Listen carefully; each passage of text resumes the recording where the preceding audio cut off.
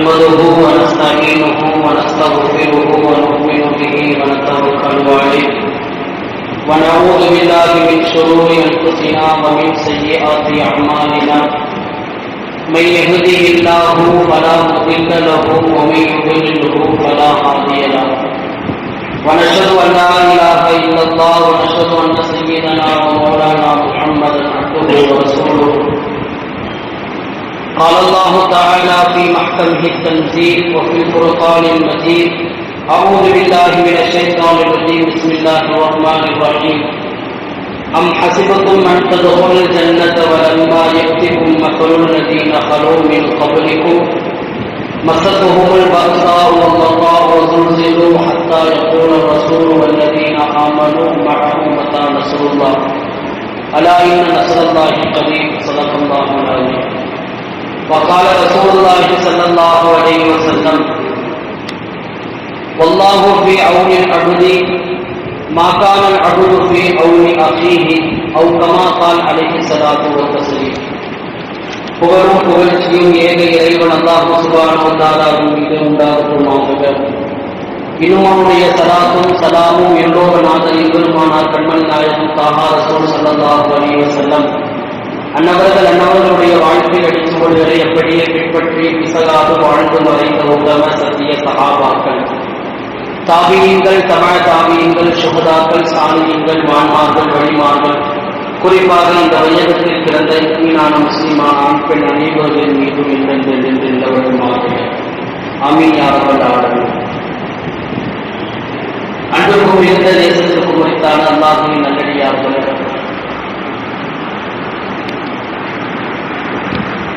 சமீபமான ஒரு மாத காலங்களாக சமூக வலைதளங்கள், செய்தித்தாள்கள், உலகளாவிய செய்திகளின் வாயிலாக நிறைய செய்திகள் பரிமாறப்பட்டுக் கொண்டிருக்கிற சந்தர்ப்பங்களில் சற்று உலகையே திரும்பி பார்க்க வைக்கிற அல்லது எச்சரிக்கை அடைய வைக்கிற சில செய்திகளும் அவ்வப்போது நம்முடைய பார்வைக்கு வந்து கொண்டேதான் இருக்கிறது.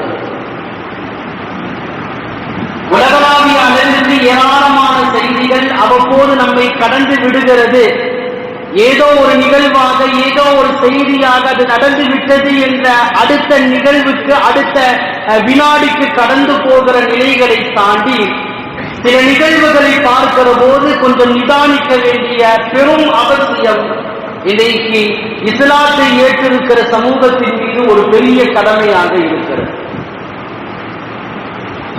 சமீபத்திய நாம் வசிக்கிற பகுதிகளாக இருந்தாலோ அல்லது நாம் வசிக்கிற இருப்பிடங்கள், பகுதிகளை தாண்டிய கண்ணுக்கு எட்டாத திசையில் இருக்கிற இடங்களிலோ ஏராளமான இஸ்லாமிய சமூகத்திற்கு எதிரான சில கருத்துக்கள், இஸ்லாமிய சமூகத்திற்கு எதிரான இஸ்லாத்தை அளிக்கிற நிகழ்வுகளை எல்லாம் இன்றைக்கு செய்திகளாக, சமூக ஊடக செய்திகளாக நாம் படித்துக் கொண்டிருக்கிறோம் என்பதை முதல்ல நினைவில் வைக்கிறோம். சமீபத்தில் தமிழ்நாட்டில் உண்டான மதுரை உயர்நீதிமன்றத்தில் கொடுக்கப்பட்டிருக்கிற தீர்ப்பு, இதனால் வரைக்கும் இஸ்லாமிய சமூகத்திற்கு என்று இருக்கிற ஒரு தனித்துவமான சலுகை. பலதரப்பட்ட மக்கள், பல சமூகங்கள், பல மொழிகள், பல இனங்களை கொண்டிருக்கிற பலதரப்பட்ட மக்கள் கொண்டிருக்கிற இந்திய திருநாடு, இதில் பலதரப்பட்ட உயர்ந்த இடத்தில் இருக்கிற, தாழ்ந்த இடத்தில் இருக்கிற, அல்லது சிறுபான்மையாக, பெரும்பான்மையாக பலதரப்பட்ட மக்கள் வசிக்கிற இந்த இந்தியாவை போன்றிருக்கிற நாடுகளில் இதில் சில சலுகைகள் ஏற்ற இறக்கத்தோடு இருக்க வேண்டும் என்பது உலகத்தினுடைய நிலை. எல்லா மக்களும் சரிசமமாக இருந்தால் அங்கே சட்டங்கள் சரிசமம்.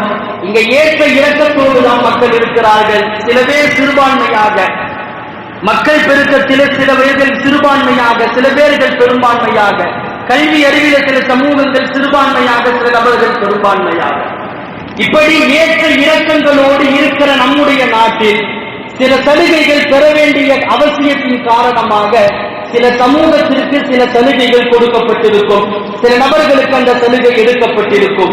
இது பல ஆண்டு காலமாக நடைமுறையில் இருந்து கொண்டிருக்கிற மரபு. ஆனால் இஸ்லாமிய சமூகத்தின் மீது மட்டும் குறிவைக்கப்படுகிற பார்வைகள், இஸ்லாத்தை மட்டும் அழிக்க வேண்டும் என்று பார்க்கப்படுமே. குர்ஆன் பேசுது, வல்லாஹு யுரீது அன் யுத்ஃபிஉ நூரல்லாஹி பிஅஃவாஹிஹிம் தன்னுடைய நாவினுடைய வாயினுடைய அந்த காற்றின் மூலியமாக இஸ்லாத்தை அழிக்க வேண்டும் என்று நாடுவார்கள் என்று குர்ஆன் பேசுகிற கூட்டங்களாக இன்றைக்கு இருக்கிற சில கயவர்கள் இஸ்லாமிய சட்டங்கள், இஸ்லாமியர்களுக்கு எதிரான சலுகைகளை தற்போது பிடுங்கிக் கொண்டு வருகிறது.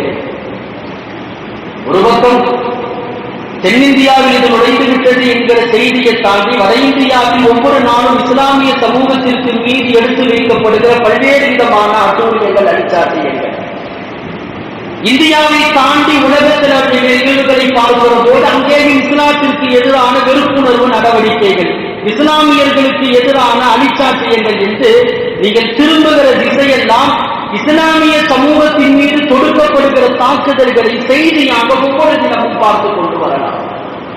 அன்றைக்கு எல்லாமே நல்லடியார்கள், இப்பேற்பட்ட சந்தர்ப்பத்தில், இப்பேற்பட்ட கால சூழ்நிலையில் நாம் இப்படி யோசிக்க வேண்டிய கட்டாயத்திற்கு தள்ளப்பட்டிருக்கிறோம். இனி அடுத்த 50 ஆண்டுகள், அடுத்த 60 ஆண்டுகள், அடுத்த 100 ஆண்டுகளில் இஸ்லாமிய சமூகத்தினுடைய நிலை எப்பேற்பட்டதாக இருக்கும், இஸ்லாமிய சமூகத்தை ஏற்றிருக்கிற மக்கள் எப்பேற்பட்ட சூழ்நிலையில் நடத்தாட்டப்படுவார்கள் என்கிற ஒரு கன சிந்தனையை நம்முடைய வம்சத்திற்காக, நம்முடைய வம்சத்தின் அளவுக்காக யோசிக்க வேண்டிய கட்டாயத்தில் இதைக்கு இருக்கிற நவீன காலத்துடைய முஸ்லிம்கள் இருந்து கொண்டிருக்கிறார்கள். அன்றைக்கு அல்லாஹ்வின் நல்லடியார்களே, இப்பேற்பட்ட சிரமமான சூழ்நிலை இனி அடுத்த பல ஆண்டுகளுக்கு பின்னால் என்ன நடக்கும் என்பதை யோசிக்க வேண்டிய கட்டாயத்தில் இருக்கிற நாம் பல்வேறு விதமான எதிர்கால வியூகங்களை அமைக்க வேண்டிய பொறுப்பு நமக்கு உண்டு. இனி அடுத்த தலைமுறைக்கு எப்படி நபி ஸல்லல்லாஹு அலைஹி வஸல்லத்துடைய காலத்தில் இருந்து ஏற்பட்ட இஸ்லாத்திற்கு எதிராக ஏற்பட்ட பல இன்னல்கள், பல துயரங்கள், எப்பொழுது இஸ்லாத்திற்கு எதிராக ஏற்படுகிற துயரங்கள் அழியப் போவதல்ல. ஆதம் அலைஹிஸ்ஸலாத்தை படைத்த நாளில் இருந்து இஸ்லாத்தை அழிக்க வேண்டும் என்று கயவர்கள் புறப்படுவதும், ஏராளமான திட்டங்கள் அவர்கள் தீட்டுவதும், ஏராளமான சதி திட்டங்கள் அவிழ்த்து விடுவதும், அதை இஸ்லாம் முறியடிப்பதும் என்பதாகத்தான் இன்றைக்கு வரைக்கும் வரலாறு ஓடிக்கொண்டிருக்கிறது. அந்த வரலாறு அப்படி இருக்க, அதை எதிர்கொள்கிற இஸ்லாமியர்களாக நாம் எப்படி இருக்கிறோம், எப்படியெல்லாம் அதை எதிர்க்க போகிறோம் என்கிற அந்த தயாரிப்பு நிலையை, எதிர்கால வியூகங்களை சரியான முறையில் திட்டமிட வேண்டிய பெரிய பொறுப்பு நமக்கும் இருக்கிறது. நபி ஸல்லல்லாஹு அலைஹி வஸல்லமுடைய காலத்தில் அன்றைக்கு மக்காவுடைய குஃபார்கள், அன்றைக்கு மக்காவுடைய யூதர்கள், யஹூதிகள், நஸராக்கள் என்கிற அந்த படலம் இஸ்லாத்தை அழிக்க வேண்டும் என்று இருந்தது. அந்த சந்தர்ப்பத்தை அன்றைக்கு இருந்த சஹாபாக்களாக, அன்றைக்கு இருந்த முஃபஸ்ஸிரீன்களாக, முஹத்திஸீன்களாக அவர்கள் அந்த களத்தில் இறங்கி இஸ்லாத்தை அடுத்த சமூகத்திற்கு எடுத்து வைத்தார்கள். அங்கே வரலாறு முழுக்க பார்க்கிற போது வரலாறு நெடுகிலேயும் இஸ்லாமியர்களுடைய அந்த எதிர் போராட்டங்கள் என்பது காலத்தின் பொக்கிஷமாக அங்கே பதிய செய்யப்பட்டிருக்கிறது.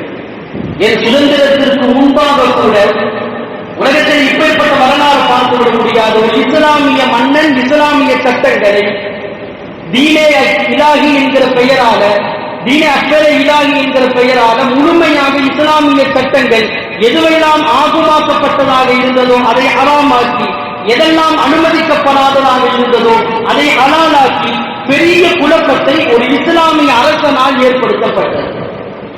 அந்த காலத்துல, அந்த சந்தர்ப்பத்தில் அது மிகப்பெரிய குழப்பமாக இஸ்லாத்தை அழிக்கிற ஒரு நடவடிக்கையாக இருந்தது.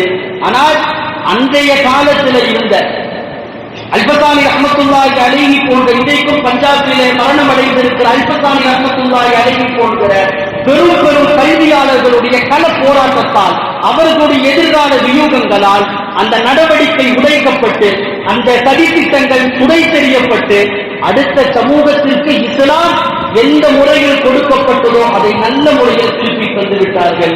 இதை பெற்றிருக்கிற நாம் இன்னும் அடுத்த தலைமுறைக்கு அதை எப்படி கடத்தப் போகிறோம் என்கிற எதிர்கால வியூகங்களை அமைக்க வேண்டிய பொறுப்பு இன்றைக்கு நீங்கள் இருக்கிறீர்கள். அன்பிற்குரிய அல்லாஹ்வின் நல்லடியார்கள், அதனால இப்பேற்பட்ட ஒரு சிரமமான சூழ்நிலை நாம் வசிக்கிற பகுதியில் ஆரம்பித்து உலகத்தின் கடைசி மூலை வரைக்கும் எல்லா இடங்களிலும் இஸ்லாத்திற்கு எதிரான வெறுப்பு பிரச்சாரங்கள், இஸ்லாத்திற்கு எதிரான வெறுப்பு நடவடிக்கைகள், இஸ்லாத்தை துணை செய்வதற்கான நடவடிக்கைகள் வெகு சீக்கிரமாக, வெகு விரைவாக நடைபெற்றுக் கொண்டிருக்கிற இந்த சூழ்நிலையில் எப்பேற்பட்ட வியூகங்களை அமைக்க வேண்டும் என்கிற ஒரு கள ஆய்வு, கள போராட்டத்தில் இன்றைக்கு இஸ்லாமியர்கள் இருக்கிறார்கள். அந்த வகையில் நிறைய திட்டங்கள், நிறைய செயல்பாடுகளை செயல்படுத்த வேண்டிய இந்த சூழ்நிலையில் இந்த ஜுமாவின் வாயிலாக அதிமுக்கியமான ஒரு தயாரிப்பு, அதிமுக்கியமான ஒரு வியூகத்தை பெற வேண்டிய, சரிபடுத்த வேண்டிய பெரிய அவசியம் இன்றைக்கு நம்முடைய பொறுப்புல இருந்து கொண்டிருக்கிறது.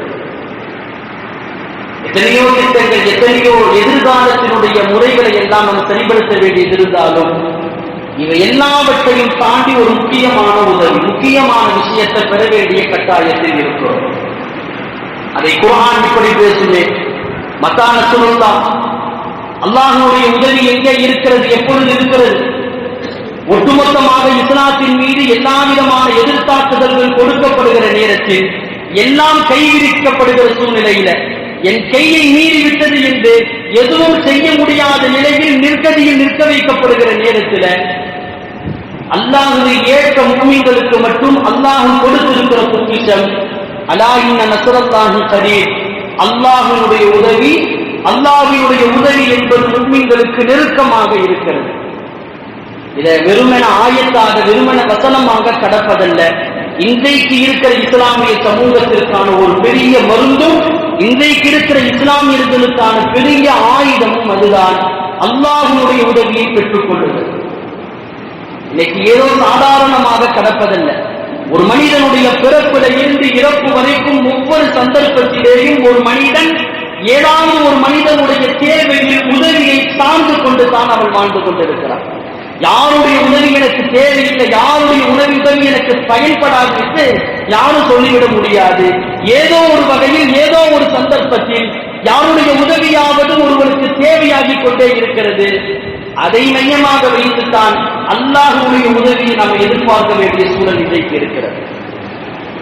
அல்லாஹ்வுடைய உதவியை மட்டும்தான் நீங்கள் எதிர்பார்க்க வேண்டும். அந்த உதவிதான் உங்களை உயர்ந்த இடத்திற்கு செல்ல வைக்கும் என்பதை வெறுமன வார்த்தையாக அல்ல, திரும்ப திரும்ப நமக்கு ஞாபகம் ஊட்டுகிற வார்த்தையாகவே அல்லாஹ் வைத்திருக்கிறான். இய்யாக நஅபுது வ இய்யாக நஸ்தஈன், இறைவா உன்னையே நான் வணங்குகிறேன். இய்யாக நஅபுது, உன்னையே நான் வணங்குகிறேன். வ இய்யாக நஸ்தஈன், உன்னையே நான், உன்னிடத்திலேயே நான் உதவியும் தேடுகிறேன். உன்னை மட்டும்தான் என்னுடைய வணக்கத்திற்கு உட்படுத்தி இருக்கிறேன். என்னுடைய எல்லா தேவைகளிலும், என்னுடைய எல்லா விதமான விஷயங்களிலேயும் உன்னை மட்டும்தான் உதவியாக நான் தேடி வைத்திருக்கிறேன். காரணம், உன்னுடைய உதவி மட்டும்தான் எனக்கு நிரந்தரமானது என்கிற அந்த தாரக மந்திரத்தை அல்லாஹ் ஃபாத்திஹா சூராவின் வாயிலாக ஒரு நாளைக்கு 5 தடவை தொழுகையில தாண்டி பல தடவை திரும்ப திரும்ப நம்முடைய ஞாபகத்திற்கு அல்லாஹ் திரும்ப திரும்ப நினைவூட்டிக் கொண்டே இருக்கிறான் என்றால் அல்லாஹ்வுடைய உதவியை நீங்கள் சாதாரணமாக நினைத்து விடக்கூடாது.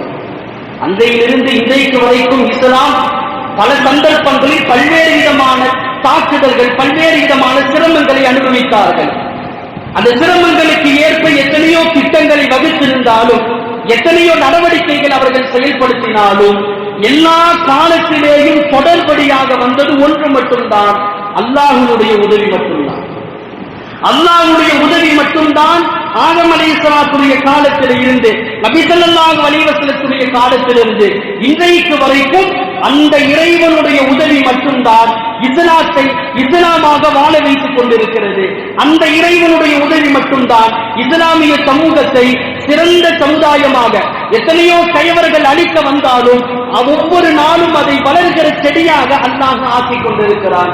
அப்பேற்பட்ட இறைவனின் உதவி, அல்லாஹ்வுடைய உதவியை எப்படி பெற வேண்டும், எப்படியெல்லாம் அதை நமக்கு வசமானதாக ஆக்க வேண்டும் என்கிற முனைக்கு அதிகமாக நம்முடைய நேரங்களை செலவிட வேண்டிய பெரிய கட்டாயத்தில் இருக்கிறோம். அமெரிக்கனி அல்லாஹ்வின் நல்லடியார்கள், அதனால் அல்லாஹ்வுடைய உதவியை சாதாரணமாக நினைத்துவிட முடியாது. அது அல்லாஹ் குர்ஆனில் பல வகையில நமக்கு உணர்த்தி கொண்டிருக்கிறார். இறைவனுடைய உதவியை நீங்கள் சாதாரணமாக எண்ணிவிட வேண்டாம். இறைவனுடைய உதவி என்பது அது எந்த சந்தர்ப்பத்தில் எப்பேற்பட்ட நிலையில் ஏற்படும் என்பதை வரலாற்றின் வாயிலாகவே குர்ஆன் நமக்கு பேசி காண்பிக்கிறது. நிறைய வரலாறுகள் இருக்கிறது. நிறைய வரலாறுகளை அல்லாஹ் உதாரணமாக சுட்டி காட்டுகிறான். அதில் முக்கியமான வசனமாக லக்கது நஸரக்குமுல்லாஹு ஃபீ மவாத்திர கஸீரத்தின் யௌம ஹுனைன் என்கிற ஒரு வசனத்தை அல்லாஹ் குர்ஆனில் பேசுகிறார். இஸ்லாமிய சமூகத்திற்கு எதிராக பல்வேறு விதமான போராட்டங்கள், போர்களை நடத்தாட்டிய குஃபார்கள், இஸ்லாமிய எதிர்ப்பாளர்களை அடக்குவதற்காக ஒவ்வொரு போரும் நடைபெற்று வருகிறது. அதில் ஃபத்ஹு மக்கா என்கிற மக்காவுடைய வெற்றி ஸல்லல்லாஹு அலைஹி வஸல்லம் வெற்றி கொள்கிறார்கள். இந்த ஃபத்ஹு மக்காவுக்கு பிறகு ஒரு போர் நடைபெறுகிறது. ஹுனைன் என்கிற பெயரால நடைபெறுகிற போர். ஒரு அல்லாஹ்வினுடைய உதவி, இறைவனுடைய உதவி எந்த சந்தர்ப்பத்தில் அது எப்படியெல்லாம் அமையும், அது எப்படி நமக்கு கிடைத்தால் எப்படி இருக்கும் என்கிற ஒரு நிகழ்வை, அழகான ஒரு நிகழ்வை குர்ஆனில் ஒரு வரலாறாக அல்லாஹ் பதிவு செய்கிறார். அந்த ஹுனைனுடைய களம் ஃபத்ஹு மக்கால எந்த இடத்திலிருந்து இஸ்லாமியர்கள் அடித்து துரத்தப்பட்டார்களோ அந்த இடத்துல இஸ்லாமியர்கள் வெற்றியாளர்களாக, பலமானவர்களாக தலை நிமிர்த்தி உள்நுழைகிறார்கள். முழுக்க மக்காவுடைய பொறுப்பை கையில் இருக்கிறார்கள். இதுக்கு பிறகு வெற்றி அடைவதற்கு பின்னால் ஃபத்ஹு மக்காவுக்கு முன்னாடியே நிறைய இடத்துல வெற்றி. ஃபத்ஹு மக்கா, மக்காவுடைய வெற்றி என்பது இஸ்லாமியர்களுக்கு கிடைத்த மிகப்பெரிய வெற்றி. இந்த வெற்றியுடைய கலைப்புக்கு பின்னால, இந்த வெற்றியுடைய கொண்டாட்டத்தோடு சேர்த்து ஹுனைன் என்கிற களத்திற்கு இஸ்லாமியர்கள், என இங்கிருந்து மக்காவிலிருந்து போகிற எதிரிகள் இஸ்லாமியை அழிக்க வேண்டும் என்று பொருளாதாரத்தை செலவு செய்த, தன்னுடைய உடல் உழைப்பை செலவு செய்த அந்த இஸ்லாமிய எதிரிகள் ஹுனைன் என்கிற இடத்திற்கு போகிறார்கள். அவர்களை துரத்தி பிடிப்பதற்காக ஹுனைன் வழியாக இஸ்லாமிய போராளிகள் போய்கொண்டிருக்கிறார்கள். இந்த சந்தர்ப்பத்தில் ஹுனைன் என்கிற களம் இரண்டு பக்கமும் உயர்ந்த மலையும், போகிற பாதை ஒரு பள்ளத்தாக்காக, ஒரு தாழ்வான பகுதியில் ஒரு சின்ன கணவாய், சின்ன பள்ளத்தாக்காக இருக்கும். நீங்க வலது புறம் இடது புறம் ரெண்டு பக்கம் பார்த்தாலும் உயர்ந்த மலைகள் இருக்கும். இந்த கணவாய் வழியாக, பள்ளத்தாக்கு வழியாக சஹாபாக்கள், பெரும் பெரும் சஹாபாக்கள் படையோடு ஓடிக்கொண்டிருக்கிறார்கள். தன்னுடைய ஒட்டகத்தோடு, தன்னுடைய குதிரையோடு அந்த கணவாயின் வழியாக நடந்து போகிறார்கள்.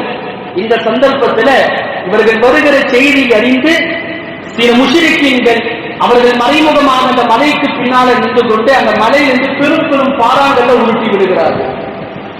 இது எந்த வகையிலேயும் யாரும் எதிர்பார்க்காத, ஏன்னா ஒரு போர் என்று சொன்னால் கண்மூடித்தனமாக தாக்குதல் அல்ல. ஒரு இடத்துல நின்று கொண்டு இரு நபர்களும் பேசிக்கொண்டு அதற்கென்கிற சில மரபுகள் இருக்கிறது.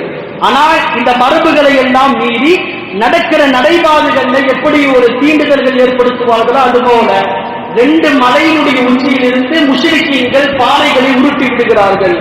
சின்ன சின்ன பாறையாக வந்து கொண்டிருக்கிறது. வல்ல பாறைகளுடைய எடையின் காரணமாக இஸ்லாமிய சஹாபாக்களுக்கு பெரும் பெரும் அடிகள் உடனே ஏற்படுது. சுத்தி முத்தி பார்த்தா எந்த வகையில ஒன்னும் செய்ய முடியாது. இப்ப இவர்களை எதிர்த்து போரிடணும்னா போரிடவும் முடியாது. உருண்டு வந்து கொண்டிருக்கிற பாறை, எந்த வகையில எங்கும் ஓடவும் முடியாது, ஒழிய முடியாத ஒரு சூழ்நிலை. எப்படி பார்த்தாலும் நம்முடைய உயிர் போய்விடும் என்கிற ஒரு கடைசி கட்ட மரண பயத்தில் நின்று கொண்டிருக்கிற அந்த சஹாபாக்கள் இந்த நிகழ்வை பேசுகிற அல்லாஹ், இந்த நிகழ்வை மையமிட்டு அடிக்கோடிட்டு பேசுகிற அல்லாஹ் இந்த வார்த்தை இப்படி சொல்கிறான், லக்கது நஸரக்குமுல்லாஹ். அல்லாஹ் எத்தனையோ சந்தர்ப்பத்தில் உதவி செய்தான். சஹாபாக்குடைய ஆரம்ப இஸ்லாமிய நிகழ்வுல இருந்து அவருடைய மௌத்து வரைக்கும் அல்லாஹ் எத்தனையோ உதவிகளை செய்தான். ஆனால் அல்லாஹ் அடுத்த சமூகத்திற்கு, ஸல்லல்லாஹு அலைஹி வஸல்லத்துடைய உம்மத்திற்கு உதாரணம் காட்டுகிற நிகழ்வு அந்த ஹுனைனுடைய களத்தில் இனி எதுவும் செய்ய முடியாது, எங்களால் எதுவும் செய்ய முடியாது என்று கைவிரிக்கிற அந்த சூழ்நிலையில் அல்லாஹ்வுடைய உதவி இறங்குகிறது. நிலைமை அப்படியே தலைகீழாக மாறும்.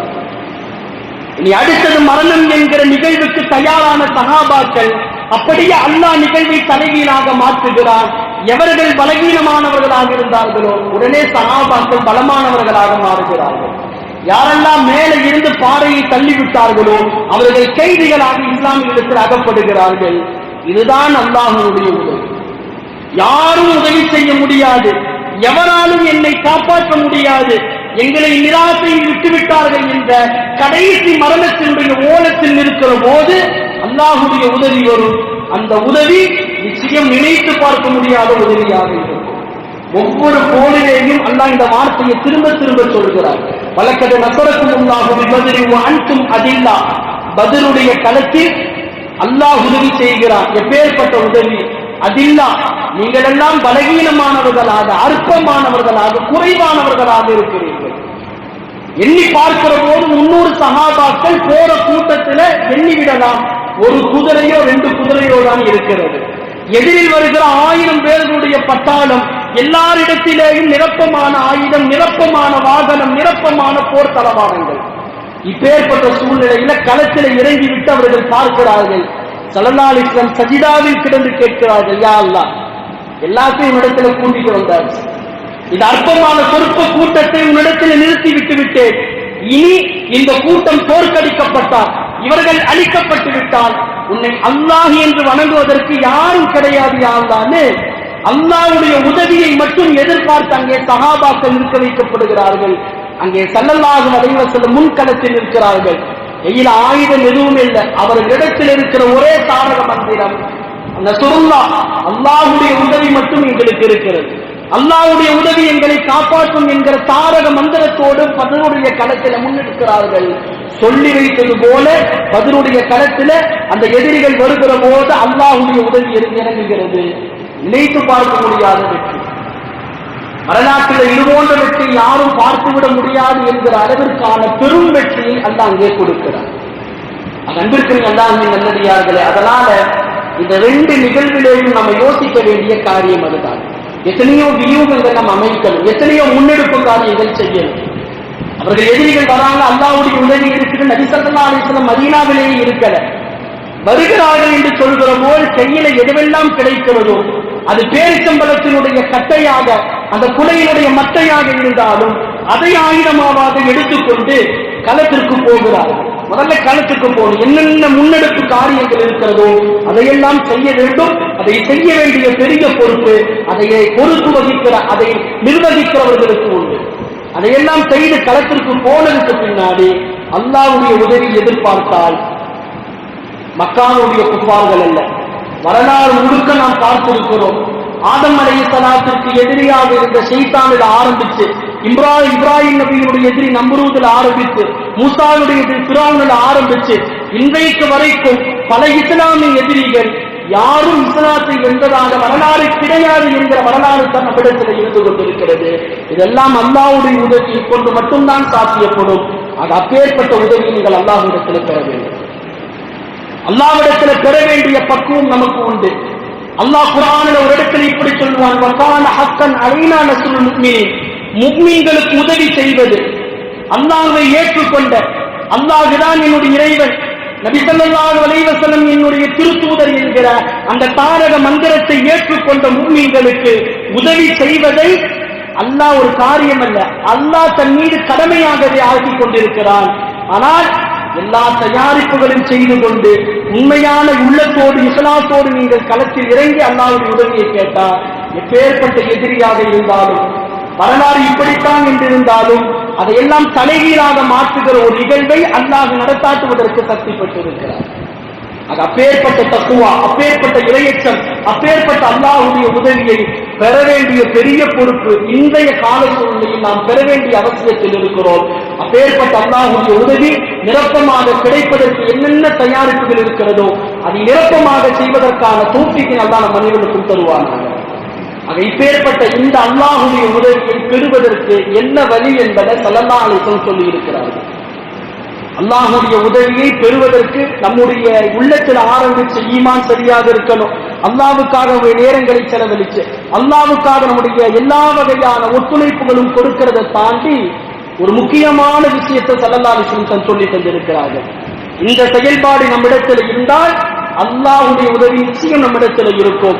அதை ஸல்லல்லாஹு அலைஹி வஸல்லம் இப்படி பதிவு செய்வார்கள், வல்லாஹு ஃபீ அவுனில் அப்தி, அல்லாஹ் நிச்சயமாக அல்லாஹ் ஒரு அடியானுடைய உதவியில இருந்து கொண்டே இருக்கிறான். இவனுக்கு எப்பொழுது உதவி செய்யலாம் என்ற அல்லாஹ் அவனுடைய உதவியில நிரந்தரமாக தொடர்ச்சியாக இருந்து கொண்டிருக்கிறான். மகானல் அபுது ஃபீ அவுனி அஹீஹி, எப்பொழுதுனா அந்த அடியான் இன்னொரு சகோதரனுடைய உதவிக்காக பாடுபடுகிற காலம் எல்லாம். குர்ஆனோட ஸல்லல்லாஹு அலைஹி வஸல்லம் நிறைய வார்த்தைகளை பார்க்கிற போது நீங்கள் புரிந்து கொள்ளலாம். அல்லாஹ்வுடைய இரக்கம் எப்பொழுது கிடைக்கும்? இரஹமு மன் ஃபில் அர்து, பூமியில உள்ளவர்களின் மீது அல்லாஹ் இரக்கம் காட்டுகிறார். எப்பொழுது?